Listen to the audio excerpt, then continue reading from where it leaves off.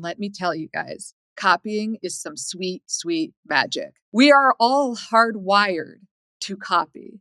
As babies, we mimic the facial expressions of our parents and other caregivers. We have so-called mirror neurons that allow us to connect with what somebody is feeling simply by virtue of copying their reactions. You and I, all of us, we will naturally copy people more if we're attracted to them or we really like them. We tend not to copy when we do not like somebody, when we disagree with them. And guess what? That's probably when you need it most, because that's when you're feeling the divide. This one simple strategy is an incredible way to validate when you don't see much else there you can do.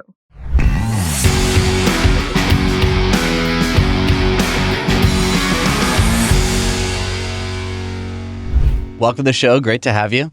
Thank you so much. It's a pleasure to be here. I think we would be remiss without at least starting the show by defining validation and why it's psychology's best kept secret. Yeah. So real simple, validation shows that you're there, you get it, and you care. It's the language of acceptance. Okay. So when you validate somebody, you show them that you see and hear them. That's what we mean by validation. And I'm glad you asked me to define it because it's always getting confused with praise. Everybody's all about do not seek external validation. But if we look at it really for what it is, which is acceptance, then it really does seem like something we should seek or expect from our relationships. Well, it's interesting you mentioned that because when we teach our clients validation in our courses, and especially with the military, the first pushback we get on validation is, well, what if I don't agree with them? And validation's often confused with agreement. So how is it different? Validation is not agreement. It's also not praise, which I hope to discuss in a moment. I don't eat meat. I'm a vegetarian and I have my reasons for being a vegetarian. And if I wanted to try and convince somebody to also be a vegetarian, I could make all of my points. However, I see a lot of valid reasons why people choose to eat meat. I can easily validate that position. It is harder to be a vegetarian in terms of your options and, even the cost sometimes. It's not for everybody in terms of the nutrients that they need or can get. I can validate that perspective all day long, even though I don't agree with it. So with validation, you're just looking for the kernel of truth in the other person's perspective, not agreement. I think it's just such a key point because obviously there's going to be lots of things that we don't agree with when we're meeting people, even with our partners, our spouses, our best friends, our coworkers. And if we're just seeking agreement and using that as a way to validate, then the scope of validation that we can actually give shrinks tremendously versus you should be able to validate anyone as a human. Right. That's right. And at some level. So in my book, I talk about different levels of validation. So there's like a profoundly deep, like, oh my gosh, this person is me, like they're like my soulmate. They see me on this other level. That's a pretty profound level of validation. At the most basic, you should at least be able to attend or engage in a way that's non-judgmental. And we would consider that to be a pretty low level of validation. But you should be able to bring at least that, even when you're sitting across from like your fiercest political opponents, which is hard to imagine. I know. I was going to say, I think unfortunately many of us avoid those situations as much as possible. Yeah. But I think it segues into, it'd be great to understand those 8 levels of validation, and then we can talk about some of the misconceptions and ways that we can strengthen them, because one of the key points in the book is that emotional intelligence validation, we all can get better at and everyone can do. So the skills that I teach in my book come straight from clinical psychology. So these skills were developed to help psychologists get through to really difficult to treat clients.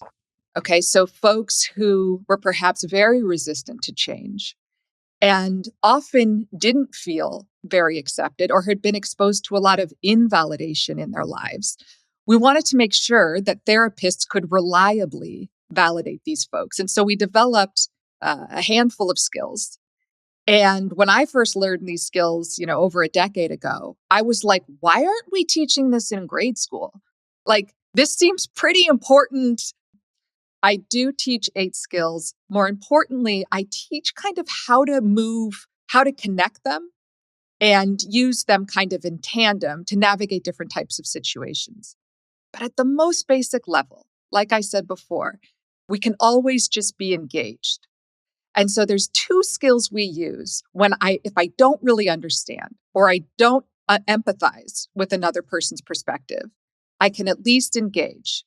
And if I'm going to engage in ways that signal non-judgment and acceptance, I've got 2 skills I can use. The first is called attending. Okay. It's a combination of using nonverbals and asking yourself, what's this person's point? And how could I do a better job of making it? Which sounds incredibly smug, okay? But the point is, it's almost like debate. When you have to argue for a side, regardless of whether or not you agree with it, you are looking for information to support that thesis. And you approach it differently than if you're trying to argue against it.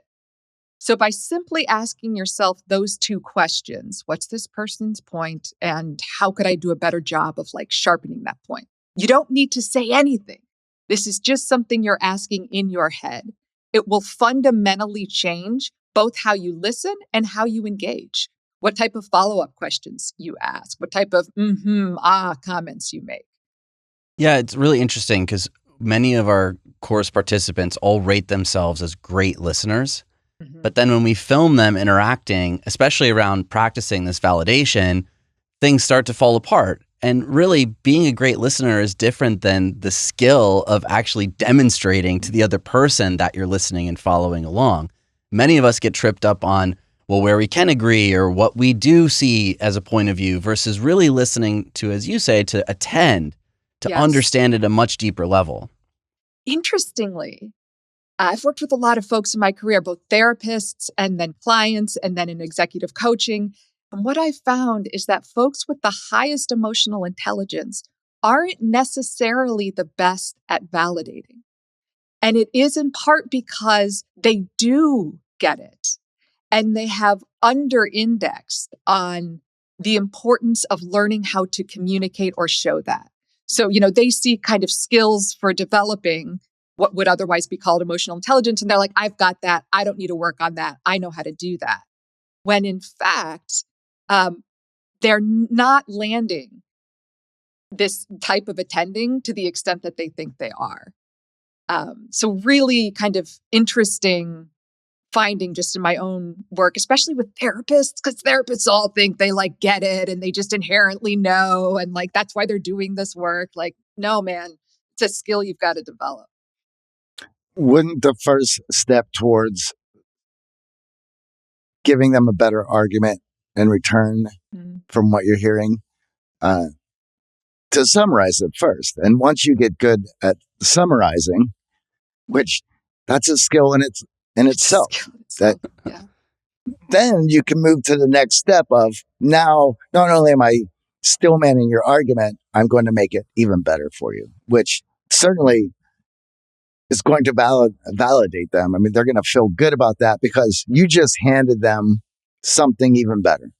That's exactly right. Now, if you want to see the masters at this, truly, watch late night hosts. Watch folks who have to, on the fly, establish rapport quickly and get the best interview out of their guests as possible. So they need to try and figure out, what is this person's point? What are they trying to say? And how can I lead them to that more effectively? They are all playing this game and they're all very good at it. And that's the best part in these interview scenarios, when the guest is like, yes, and they want to build on what you're saying and share even more. They don't have to backtrack and be like, okay, well, actually you're slightly missing it, or it's more nuanced. They can add to, and now you're building off of that validation. And as you said, that quickly leads to rapport. But we don't think about validating others as rapport because we make a lot of assumptions based on our own experiences, based on what we think we're reading and mind reading from nonverbal cues that we're getting from the other person. And unfortunately, for a lot of our clients in that analysis mode, they don't do the nonverbal signaling that you talk about in attending that really signals to the other person, I'm following along. I care about what you're saying. It's important to me. They're quickly reacting. The emotions that they're showcasing sometimes are differing the tenor of the conversation. So it feels off-putting as you're watching and just observing. So I'd love to dig a little deeper into the nonverbal signals of attending too, because that is such an important part. I want to also flag with attending, you don't actually have to say anything, right? So remember, you just need to be non-judgmental. And if you're listening in this way, that will kind of occupy your mind in a way such that you're not coming up with all your counter arguments and all your rebuttals, right? It does fundamentally change how you engage. Now, we can further that message of kind of receptivity, engagement through nonverbals. Eye contact is a big one. It's also a big one that is lacking these days with devices. So I think we totally underestimate I'm guilty of this too. I can do two things at once. I can be listening to you and ordering a pizza. But what I fail to appreciate is that, but I'm not signaling that I'm listening. I am fundamentally changing the shape and tenor of that conversation by how I'm engaging in it. And we've gotten really sloppy when it comes to thinking our ability to multitask in our relationships. For those of us who are spending a lot of time in virtual meetings now, where eye contact is projected on the screen, but behind that, we can have our email open, our Slack open. Yes. I mean, we've been in situations interviewing someone who's clearly answering things while they're joining us virtually. And it's incredibly difficult to follow along, to participate, to attend that conversation when, yes, the video appears that they're making eye contact. I am shocked, first of all, that happens, but also you feel that little disrespected, right? There's just that flavor of you're not here. You're not here. You're not engaged. You're not attending. How much can you really care about this or about me if your attention is split? That's fascinating. I know that I would certainly stop talking if somebody was like, no, I can hear you. I'm just ordering a pizza. Continue. No. And then, it would take two more of any sort of episode like that where then for me, it's going to be this person is just not somebody who's interested in talking to me. So I'm now going to see my way out of this relationship, or at least at anything at a deeper level. Mm-hmm. Mm-hmm. You know where I see it really as being really problematic is with managers, executives, people in leadership positions who, one, feel like they're justified because they are so busy in multitasking, but two, don't have people on the other side of the conversation, on the other end of the conversation, who can get up and leave, right? They are, because of the power dynamic, they have to sit there or just tolerate the lack of engagement. And I think we end up creating huge divides without even realizing it. Absolutely. And I know what I love about the book is the ladder visual of these levels. So as we think about being able to validate on these different levels, if we started that first rung of attend, okay, I really have to be engaged in this conversation. I have to be coming from a place where I'm not judging the other person. And oftentimes that means we have to have some self-acceptance going into that conversation as well. Because if we're not accepting ourselves and who we are and what we care about, and we have all that internal turmoil, then it's really hard to attend when someone else is sharing. Yeah, it's a really good point. I talk about these as being kind of, they're validation skills that communicate mindfulness. They're also their own pseudo-mindfulness practice, wherein instead of your breath serving as the anchor, it's the other person or the relationship, because you're right. It centers you, or it demands for you to be centered in a way that multitasking does not, or even attending but thinking about what you're going to say next does not. Absolutely. So that's attending. That's that first rung. A step up from there, also just a basic kind of showing someone that you're engaged skill is one of my favorites because it's weird and super effective. And we all do it, even though you'll judge it as soon as I tell you what it is. And that is copying. Okay. Copying the words other people use in describing something or making their point, and or copying their body language. And when I first start telling people about this, they're like, that sounds so awkward and mechanical and weird. Like, you're sitting here with your arms back. So if I sit with my arms back, like, that's just going to look phony or something. There's something that feels off about it. And let me tell you guys, copying is some sweet, sweet magic. So, first of all, we are all hardwired to copy. As babies, we mimic the facial expressions of our parents and other caregivers. We have so-called mirror neurons that allow us to connect with what somebody is feeling simply by virtue of copying their reactions. Okay, it's a slight signal, but it's a signal nonetheless. What's really interesting is we will naturally, as adults, you and I, all of us, we will naturally copy people more if we're attracted to them or we really like them. Okay. We tend not to copy when we do not like somebody, when we disagree with them. And guess what? That's probably when you need it most, because that's when you're feeling the divide. And so this one simple strategy of, again, either just repeating some key words that a person said or copying their body language is an incredible way to validate when you don't see much else there you can do. What's so interesting is that's happening subconsciously. And the second you bring it consciously to another level, it feels awkward and weird. But if you've ever moved to a new location, you pick up the dialect subconsciously. You don't realize you're changing words. It's soda, no, it's pop, now it's Coke. I mean, and when we first moved to California from the Midwest, people would point out, oh, you have a Midwest dialect. And I had no idea what that meant. And now when I go back to the Midwest after being on the West Coast for 15 plus years, I sound like I'm an LAer and I'm not from the Midwest. And I'm not doing it consciously. I'm not going, oh, I got to change the words I use or the way I phrase things. But subconsciously, when you're immersed around other people using these words and talking in this manner and having these body language signals, you are, to fit in, subconsciously going to pick them up. There was a body language guy that I follow on TikTok, and one he had just put out, which I just loved, which goes along with that. You mentioned that if you ever think that you're being tailed, followed, or somebody, that they're in that room with you and you think that they're paying attention, to touch your nose or look at your watch, because they will make that move and copy it, which I was like, that is so great. It's also like, there's a ton of research on this stuff, and it is so weird, the effects that it has. So there's research to suggest that it can decrease even like implicit racism. So implicit racism scores before or after copying someone from a different an ethnic minority. We see a decrease in implicit racism as a function of copying. We also see, there was this really weird study on pens where they had people either copy or not copy this participant. And then the interviewer would leave the room with the participant and they would accidentally drop their pen.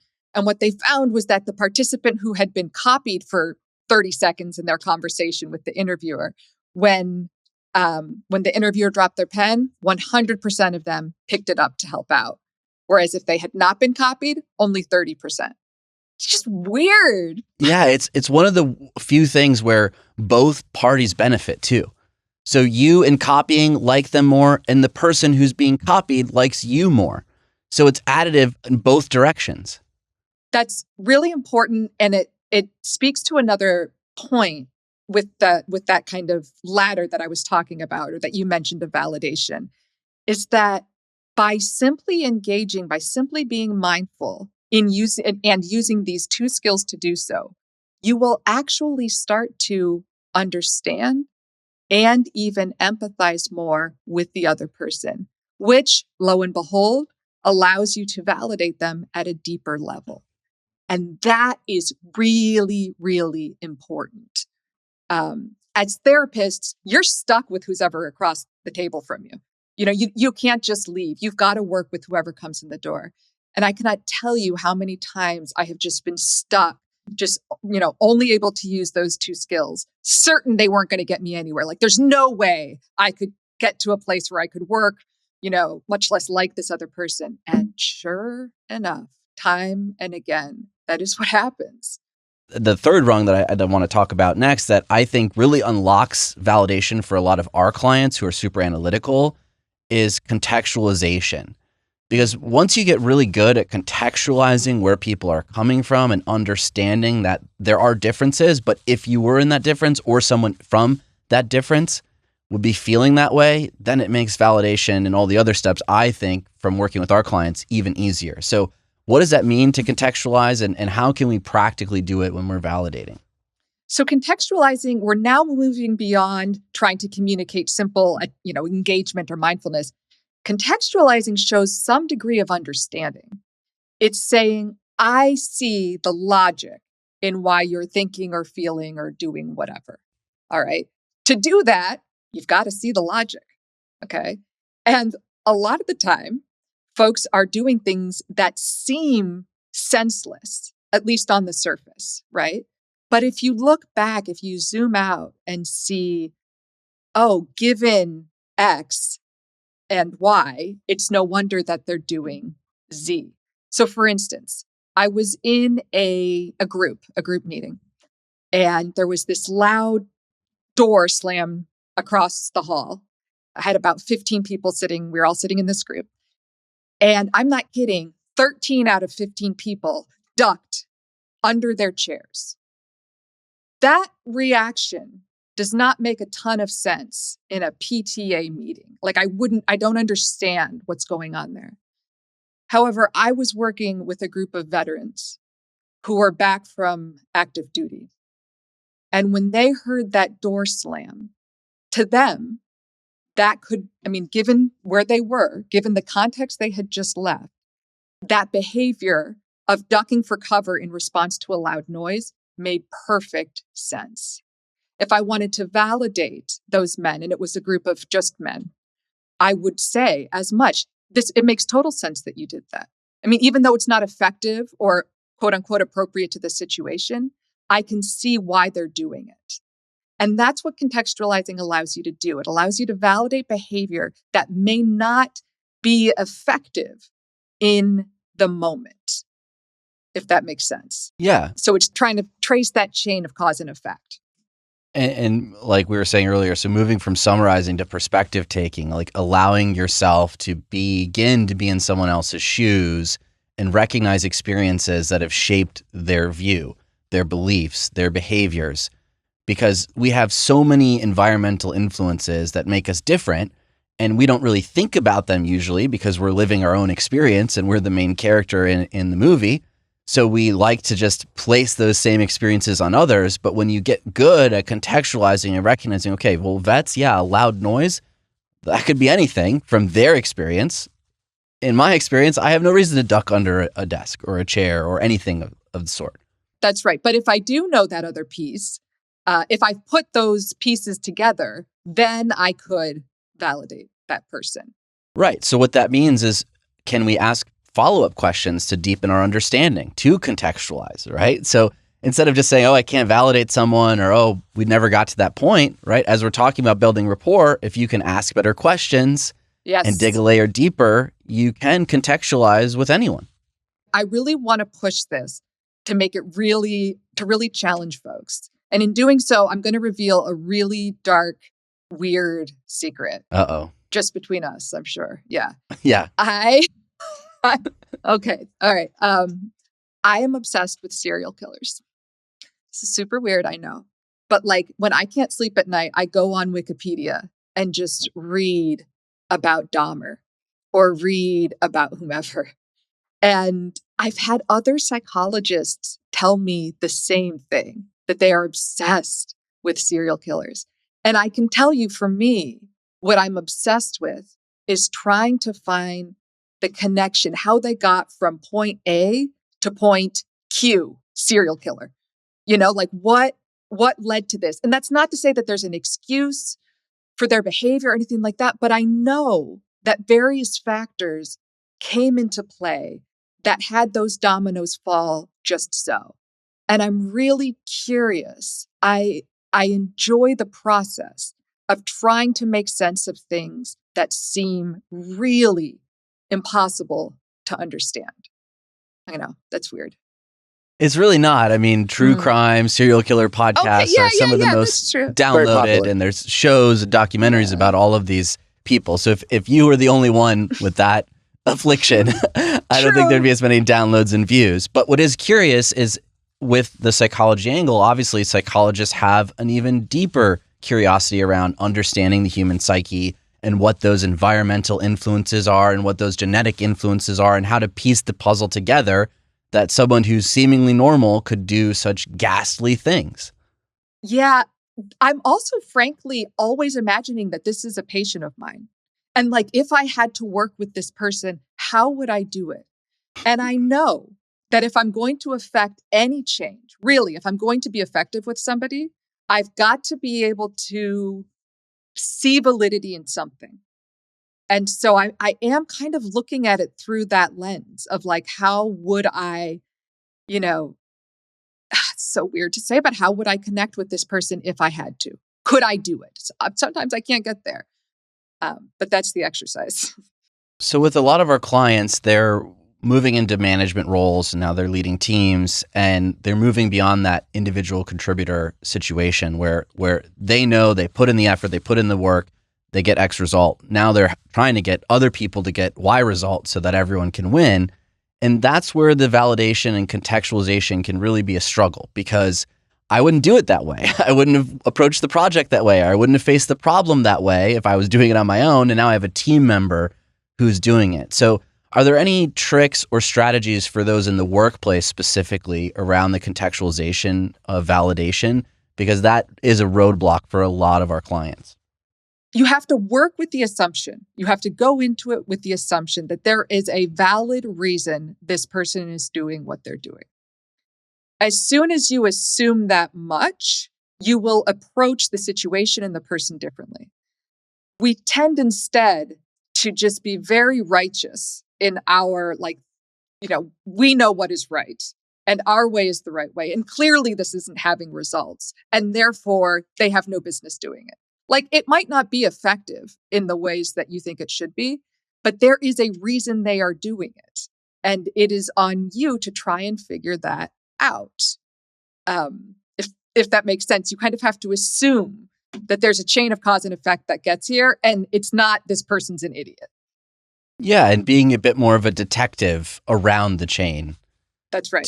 That's right. Allow there to, at least now in this new role or this new situation where you're managing someone versus just doing it yourself, to allow the delegation to continue.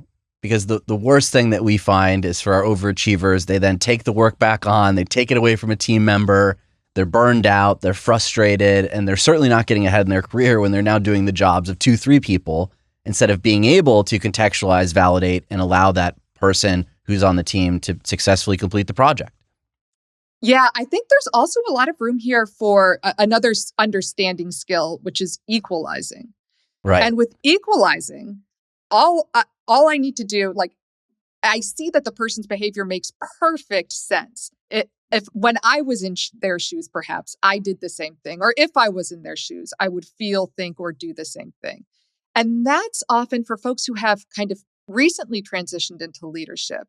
You can often lean easily on equalizing because you can relate to the experience of the contributor more directly with that kind of, you have a fresher perspective on that, having recently been in that position. And that is it's a great way to also show, some equality in the relationship.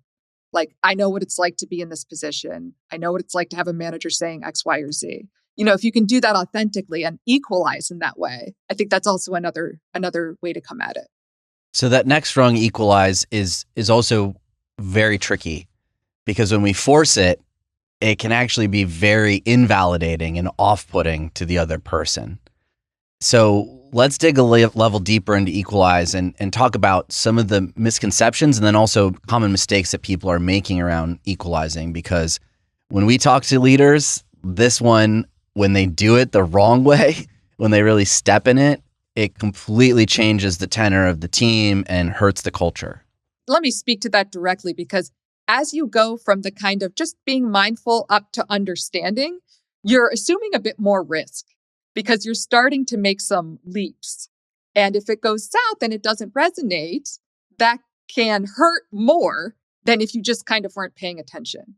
The beautiful thing is, if you strike out with any of these skills, you can always just go back to attending and copying. Okay? It's like your get out of jail free card. You can always just go back to that process. With equalizing, there's a couple of things that can go wrong.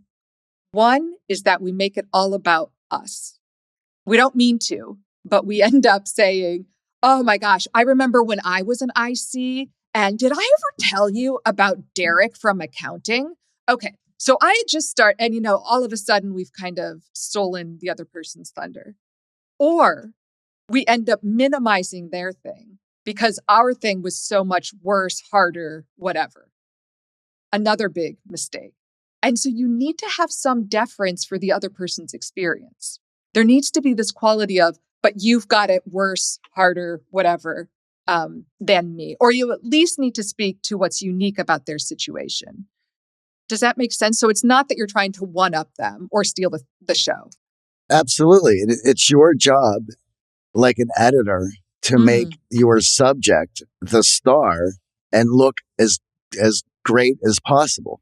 So when you're doing that with your staff and the people that you're leading, you're building them up. You're giving them confidence in the work that they're doing. You're learning about them and connecting with them and allowing them to feel good working under you and for you. In leadership positions, you need to go a step further and do your due diligence of making sure that you ask a follow-up question or in some way reorient the conversation onto the other person. Because again, if you've got the power in that situation, folks won't interrupt you. They won't redirect you. And they might even reinforce you for telling your story. Oh, tell me more. Oh, you're so great. I want to hear more about that. Right. And we're like, oh, okay. No, like you equalize and then you really make sure and bring it back. So how is it difficult for you, though? I know how it was difficult for me. Or do you struggle with this piece of this? I found that part really hard. That's the part that I think trips up a lot of our clients is the equalize feels good because we're building that bridge and okay, I understand the camaraderie and the building rapport. But what often happens, especially in this power imbalance, is the person who maybe is coming with a struggle or a pain or a frustration and they are worried about what the consequence is going to be. Once we equalize without that follow-up, they're going to be backing away and they don't want to talk about it anymore. They don't want to go deeper. They don't want to face the consequences. We could feel by equalizing, okay, we validated them, we move forward, but that's still rumbling in the back of their mind of, oh, I made a mistake. I screwed that up. I didn't get that thing done on time. But great, I heard a story about how my manager missed a deadline. Yeah. That's not enough to validate them to continue to feel good about leaning in their job. It's not just about these skills as a one-off, although they work really well. But there's something to be said for moving swiftly between them and knowing how to go from, say, equalizing back to attending, back up. That's the skill, is how to use these things in tandem. Yeah, I think that's where the emotional intelligence piece comes in, where it's recognizing, well, did I actually equalize or did I just steal the show? Did I take the spotlight? Did my partner, my spouse, my significant other feel like we actually understand each other, or are they now frustrated that I'm talking about myself again? Exactly. As we move up the ladder, you talk about the stakes and obviously what happens as we're stretching ourselves and we're now starting to get into that almost mind reading of like really digging deep into what the other person's thinking and feeling based on what they've shared, based on what we've heard, based on what we've observed in nonverbals. So take us through that next rung and propose. Proposing is my favorite skill because it's like a Jedi mind trick if you do it right. So proposing has you saying what you think another person is thinking or feeling but hasn't surfaced yet. Okay, so if someone is describing they had to work all weekend and this is the fourth time this has happened, I could propose, oh, you must be feeling burnt out. Right? I could say something that they haven't quite targeted or expressed yet. And it might be because they don't think it's appropriate to do so, or they didn't realize it. And let me tell you, when you put a word that just hits what someone hadn't quite formulated clearly in their head, it's like a whoa, you know me better than I know me feeling, right? It's really powerful. It's also really helpful. Like you're providing some framework that the other person didn't or wasn't able to come to on their own. That is the power of proposing. So you use what information you obtain playing that kind of attending game of answering those two questions. What's this person's, why are they into this? Why does it, how can I do a better job of making their point? And whatever insights you have, you could then propose. In our X-Factor Accelerator, we work with members on listening to the unsaid. Yeah. And one of the easiest ways to do it is to do it in low stakes situations. So, if my wife has been busy with our newborn and just got back from working out and I look at the clock, it's 1 p.m., I can make the assumption that she's probably starving because I've seen all this activity but no eating. So when we practice proposing in these lower stakes situations, we bring the unsaid to the surface. And exactly that, our spouse, our partner, our friend, our coworker is like, oh my God, yes. We're practicing this skill in a way that allows us to bring the big guns out when we're in that difficult conflict, when we're in that situation at work that feels really sticky and no one else as a leader has been able to step up and do anything about it. But you got to work on bringing the things that are bubbling in your head, and for introverts that we're just naturally making but not speaking, you got to verbalize them and allow the other person to be like, yes, you're getting it. Thank you. Oh, I wish I'd thought of that. I wish I'd said that. Now I'm validated. When we're doing those exercises, our clients usually get a little bit uncomfortable because they're moving into things that they're taking a guess at. And these are analytical folks. So they're trained to listen to data and figures and other information. And those numbers they like. That first level, that makes them comfortable. That gives them all the information that they needed to problem solve. That's right. But humans aren't problems to be solved. We're mysteries to be understood. Oh, yeah.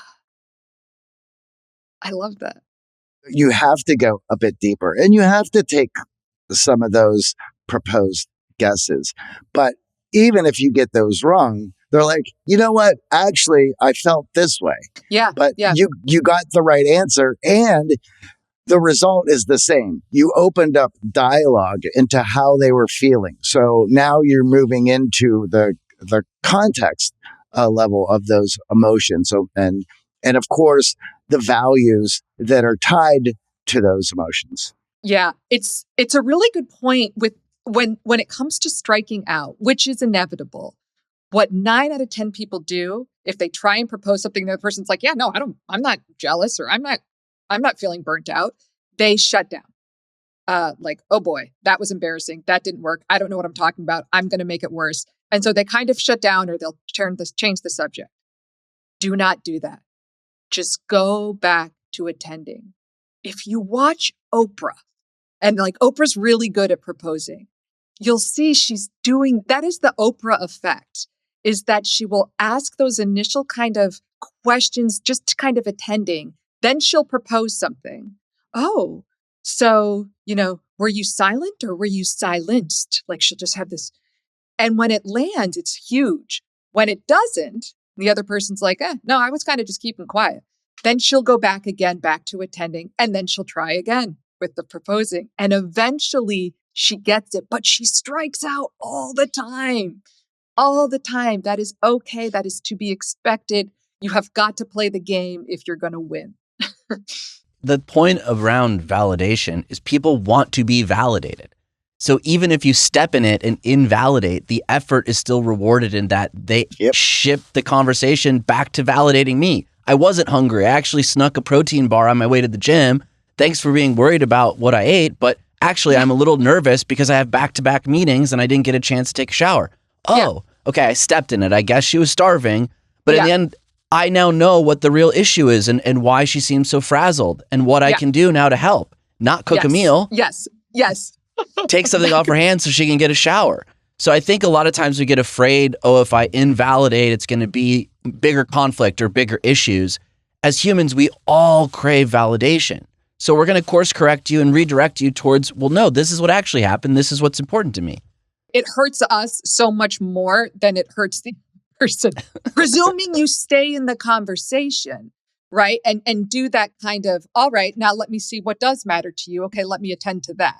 Right? If you abandon ship, that can be problematic. Yeah. Yeah, that's very off-putting, which we have seen on our video work in class where they just shut down and leave. We're like, hey, we could keep going here. Like, it's better to stay in than it is to just eject.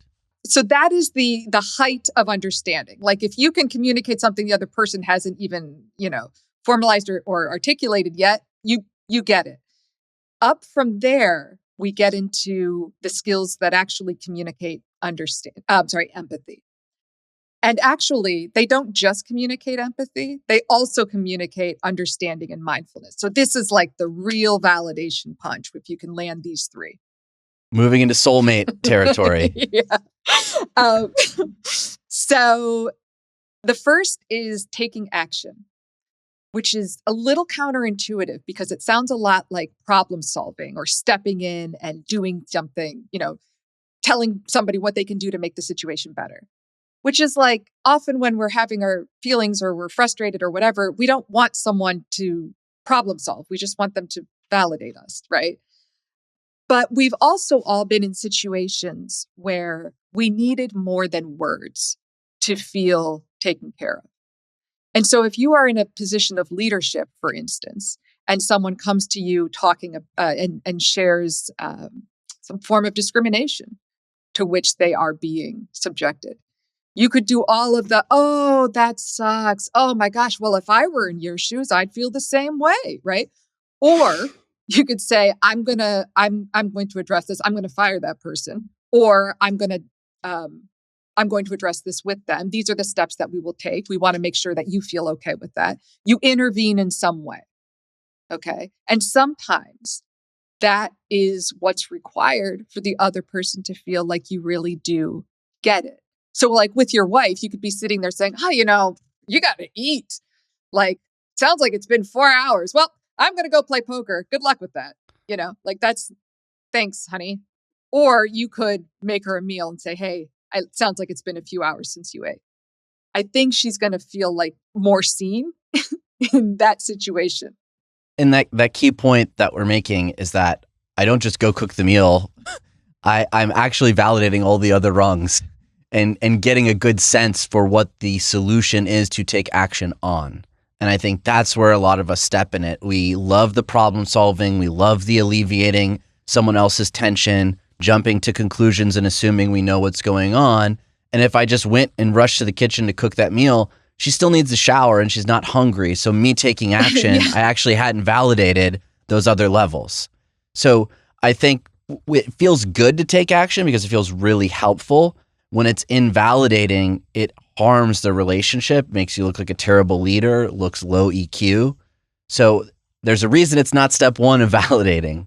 That's right. And it's also a reason why I use this one. It's kind of fewer and farther between as a validation skill. I really go light with this one.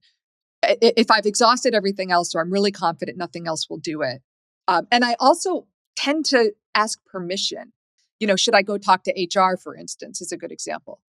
Like you just going and taking their issue and running with it, that might not actually be what the person wants, right? They might not want you to say something. And so rather than swooping in to be the hero, again, the focus is on what the other person needs. Right. And that check-in, sometimes it is just venting. Yeah. Sometimes it is not a problem to be solved. It was emotions that they're trying to get off their chest and deal with and unpack with someone else, with the support of someone else. So that's taking action. It's big guns. A step up from there, which can also feel really kind of risky, I think, in professional settings, is emoting. So emoting is expressing whatever actual emotions you have in response to what someone has told you. Okay. So this could be jumping up and down and clapping. Oh, yeah, you got it. Right? You got the deal. That's amazing. It could be tearing up in response to something sad. It's just allowing yourself to be without all of the constraint that we're so carefully kind of constructed and guarded in what we let out and what we show. So again, another one that can be very powerful and also can read a little awkward if you come on too strong or it's not the right moment. Yeah, I think the beauty of verbalizing it certainly helps quite a bit, because a lot of times we're having these emotional responses, and especially for the men we work with, they're very muted in the presence of someone else. So you may be feeling that excitement and you may really be wanting to cheer on your friend for that accomplishment, getting the job, landing the deal, but it's muted in your actual showcasing of that emotion. Your poker face is stronger. So if we can add that level of actually verbalizing the emotions we're feeling, if maybe we don't showcase emotions as freely, it's really powerful when we are validating someone in those moments where they are really craving that emotional support from us, whether it is the celebratory or the, man, I really need support and I feel how painful that is. Yeah, emoting really takes you from like an outsider looking in, oh, that's interesting, or oh, that's so frustrating, to, oh, are you serious? Oh my God. Like, you are participating in the experience with them. You've gone from being an outside observer to a participant. And like, as you suggested, it can be uncomfortable for folks who are more or are used to being at a distance. Right. And yet I would argue that it is more intimate, in quotation marks, to join the other person in the experience. Yeah, and in the positive realm, it's amplifying. Like if you're in a celebratory mood and someone joins in the celebration, it feels even better. Or if you're feeling really negative emotions and someone's there feeling those emotions with you, emoting with you, it can actually feel like it's taking a bit of the burden of those negative emotions off of you. Like they're carrying the weight with you versus you shouldering it alone. It's really powerful when done well. And unfortunately, it's a skill that, much like we're talking about all of these levels, we got to practice. We got to try them in lower stakes environments with people we're really comfortable with, who, even if we fall down a rung and go back to attending, they're still our friend, they're still our partner, they love us and care about us. And then when we bring it into these situations that really call for it at work, professionally, socially, with people we aren't as familiar with, and we nail it, it, as you said, instantly creates that rapport. Emoting is really powerful too for those emotions, or when folks come to us with stuff where they're kind of like, I don't know if this was raw. I don't know if I should feel this way, kind of like, I'm kind of angry. I don't know. I'm a little, I can't believe he said that, you know? And if I'm like, are you kidding? That's awful. And I have like and then they're like, right? Yeah, okay. Like, I'm kind of giving them permission to have whatever emotion they're having by showing it myself. Yeah, and in those power dynamic situations we talked about earlier, especially at work, that's really liberating for your team to feel supported. Like, I'm not sure if I should bring this to my boss. I'm not sure how this is going to land. Maybe I'm the one who's in the wrong and I shouldn't be angry about it. Yes. It actually is really supportive to those team members to emote. Presuming it's authentic. So I don't ever want you faking it, right? Like, you don't actually think that, they should be frustrated or burnt out or whatever it is. Like, don't pretend to feel or think things you don't feel or think. But if you do, it's just about leaning into what's naturally there when you might otherwise inhibit or not think to. Okay, we've climbed to the last rung here. I feel like we're on the high dive for this last one. This is the high dive. This is one that everyone is familiar with, but might not think about in terms of validation. And that is disclosure. So when someone comes to me with an issue, let's say they were to say, I was let go at my previous job. There were layoffs, and so I was let go, but I think I'll be a really good fit here. Here's why, yada, yada, yada. I could say, oh, okay, great. Thanks for that sounds really hard. That sucks. Or thanks for telling me.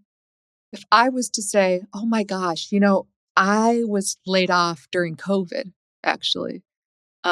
Similar situation, and I kind of share my story.